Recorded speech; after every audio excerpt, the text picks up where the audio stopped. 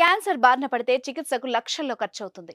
ఎంతో వ్యయ ప్రయాసలకు ఓర్చి కోలుకున్నా సరే, ఆ తర్వాత మరోసారి క్యాన్సర్ తిరగబెట్టే అవకాశాలు చాలా ఎక్కువ.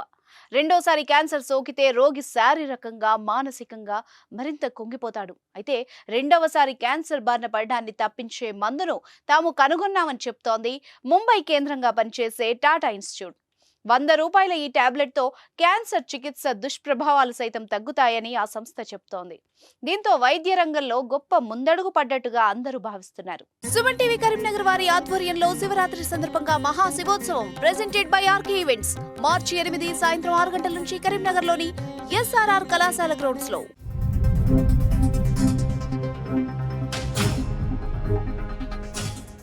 ముంబైకి చెందిన టాటా ఇన్స్టిట్యూట్ క్యాన్సర్ చికిత్సలో కీలక ముందడుగు వేసింది. ఒకసారి క్యాన్సర్ బారిన పడి కోలుకున్న వారికి రెండవసారి క్యాన్సర్ రాకుండా నిరోధించే టాబ్లెట్ను రూపొందించినట్టు Tata Institute of Fundamental Research ప్రకటించింది.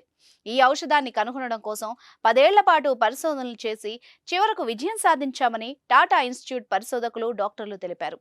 ఈ టాబ్లెట్ క్యాన్సర్ తిరగబెట్టకుండా అడ్డుకోవడంతో పాటు రేడియేషన్, కీమోథెరపీ కారణంగా తలెత్తే దుష్ప్రభావాలను సగానికి తగ్గిస్తుందని టాటా ఇన్స్టిట్యూట్ పరిశోధకులు వెల్లడించారు.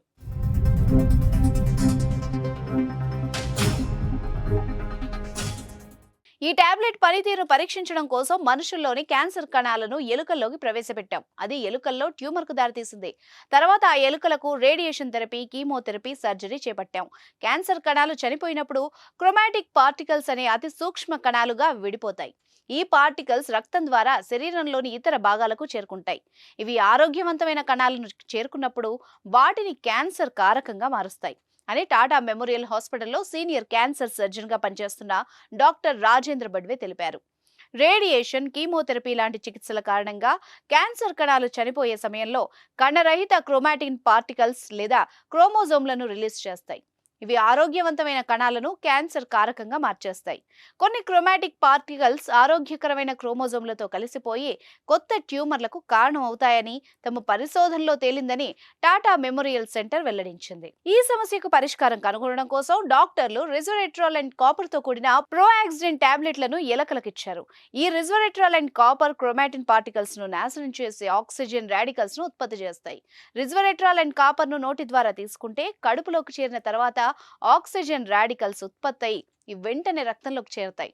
ఈ ఆక్సిజన్ రాడికల్స్ క్రోమాటిన్ పార్టికల్స్ ను నాశనం చేయడంతో పాటు క్యాన్సర్ కణాలు శరీరంలో ఒక చోటు నుంచి మరో చోటుకు వెళ్లకుండా అడ్డుకుంటాయి. కీమోథెరపీ టాక్సిసిటీని కూడా ఇవి అడ్డుకుంటాయని పరిశోధకులు తెలిపారు. టాటా ఇన్స్టిట్యూట్ పరిశోధకులు రూపొందించిన ఈ టాబ్లెట్ క్యాన్సర్ ట్రీట్మెంట్ దుష్ప్రభావాలను 50% వరకు తగ్గించడంతో పాటు రెండవసారి క్యాన్సర్ రాకుండా అడ్డుకోవడంలో 30% పైగా ప్రభావవంతంగా పనిచేస్తుంది.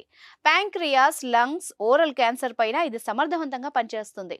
ఈ టాబ్లెట్ కు food safety and standards authority of India నుంచి అనుమతి కోసం టాటా ఇన్స్టిట్యూట్ పరిశోధకులు దరఖాస్తు చేశారు.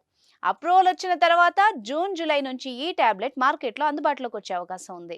క్యాన్సర్ చికిత్సకు లక్షల్లో ఖర్చవుతుండగా ఈ టాబ్లెట్ ను మాత్రం 100కు కాస్త అటు ఇటుగా అందుబాటులోకి తెస్తామని టాటా సంస్థకు చెందిన పరిశోధకులు చెప్తున్నారు.